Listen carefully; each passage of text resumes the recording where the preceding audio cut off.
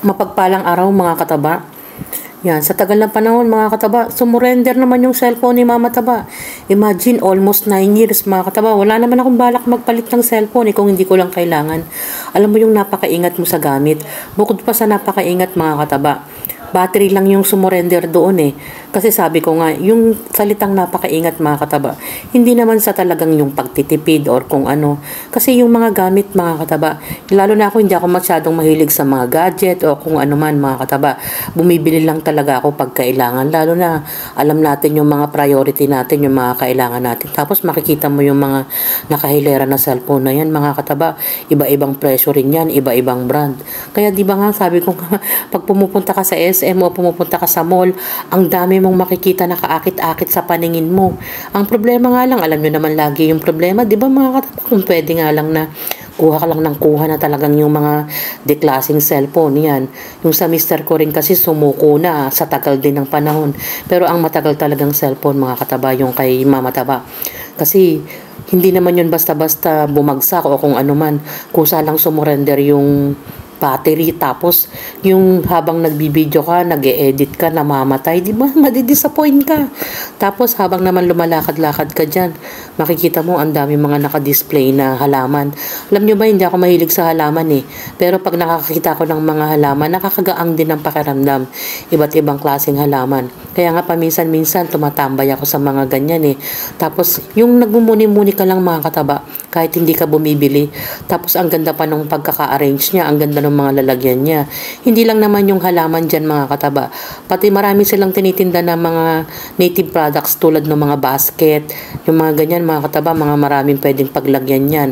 Maraming pwedeng makita dyan. Kaya nga sabi ko sa tagal na hindi namin nagpunta sa SM, ang dami ko nakikitang kakaiba. Sabi ko nga na parang nahilo na ako na hindi na ako sanay.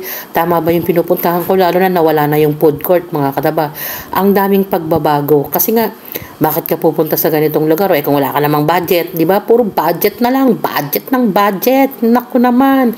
Kaya nga sabi ko, pag nakakita ko ng ganyan, nakaka-relax yung halaman Kaya nga yung mga binabanggit ko na sana lahat may magandang paghawak na, yung magaang yung paghahalaman, sabi nga nila, green finger, mga kataba, di ba? Kasi magtanim ka lang ng magtanim, mabubuhay ka na, lalo na sa probinsya. Kung masipag kang magtanim, hindi ka basta-basta magugutom, libre pa, pwede mo pang ibenta, di ba mga kataba? Lalo na kung sa'yo pa yung lupa. Yan, yung mga binabanggit ko. Dati wala naman yung mga yan, yung mga pwede ka na mag-picture-picture dyan, lalo na hilig pa naman mag-selfie ng mga kabataan ngayon. Ang dami rin naglalarong mga bata, mga kataba. Kaya nga sabi ko, ang dami ng pagbabago yan sinarado na yung food court. Nire-renovate kasi mga kataba. Dito yan sa Tarlac. Sabi ko nga, ang dami ko nakikita mga kakaiba sa paningin ko sa tagal na panahon namin na dekada na yata yung iyan na naman si dekada na hindi kami nagpunta dyan. Siyempre, pagkatapos naman naming konting bumili ng kung anumang mga pangailangan mga kataba, yan, nandyan naman kami sa Jollibee dahil ang tagal-tagal na panahon na rin namin hindi nag-Jollibee. Huwag kayong mag-alala mga kataba, hindi kami maraming pera. Depende yan sa weather. Sabi nga, weather lang yan. At yung mga dyan, puro budget lang ang ginagawa ni Mama Taba dyan. Hindi ako mo-order ng kung ano-ano dyan. Yung mga bilog na yan, para pag umorder ka, magbabaser na lang yan. Kusa na lang yan magbiblink at nandun na yung order mo. No, di ba mga kataba? Ang dami mga changes, yung mga pinipindot-pindot. Yan. Nakita nyo naman sa mesa, di ba? May styro. Ang daming kanin, nakurot na pati yung balat ng chicken. Di ba mga kataba, nauuna ng unahin yung balat. Bakit ba ako nagbabaon ng ganyang karaming kanin mga kataba? Kasi imagine yung almost 300 pesos pagkasama ko yung mga anak kong bulugan na lalaki. Naku naman, kulang ang kanin sa Jollibee kahit saan pa kaming fast food kumain. Di ba? Punong-puno. No?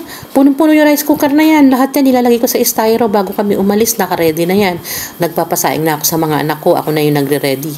Kaya ang ginawa ko dyan, kumuha na lang ako ng isang bucket. Di ba? Ganyang kawaii si Mama Taba. Kasi ang laki ng masisave mo dun sa rice mga kataba. Tapos, ang ginagawa ko pa dyan, hindi rin ako umu-order ng kung ano-ano. Yan lang chicken talaga. Sabi pa ng mga anak ko, wow, at last. Diba? Kasabihin ng anak mo na wow, at last. Ibig sabihin, ang tagal na nilang hindi nagja-Jollibee. Yung kasiyahan ng mga bata, mga kataba, sa simpleng pagkain. Nakaka-overwhelm din bilang magulang. Kasi, biruin mo, simpleng chicken lang, masaya na sila. Yan binuhos pa yung gravy. Sabi ko nga, only gravy. doon pa lang ulam na nila yung gravy, masaya na sila. Ganyan yung pamilya ko mga kataba, na hindi kami naghahangad ng kung ano-ano man, magkasama-sama, kumakain ng mga simpleng pagkain. Tapos mapapansin nyo, yan, binubuhos ng anak ko yung Milk Magic. Bumibili din ako niyan, di ba? Hindi na ako order ng soft drinks. Hindi na ako order ng kung ano-ano. Yan, hati-hati na sila dyan. Hihingi na lang kami ng yelo. May dala pa nga akong sarili naming baso eh. Yan, tapos may dala akong sarili naming spoon, yung mga yan, mga disposable na yan. Kaya itatapon na lang. Ang ginagawa naman namin dyan, nililinis muna namin yung mga yan bago kami umalis. Ganyan kami mga kataba. Hindi naman kami nag-iiwan ng kalat namin. O nakapag-grocery na rin kami ng konti. Pansinin nyo, di ba, ang konti lang. Ang bibiling ko lang dyan yung mga wala sa bahay. Hindi ako nagtatagal sa grocery mga kataba kung nabili ko na yung mga kailangan sa bahay. Kasi pag umikot ka ng umikot at nagustuhan mo yung bagay na yun na wala ka namang pambili, masasaktan ka lang.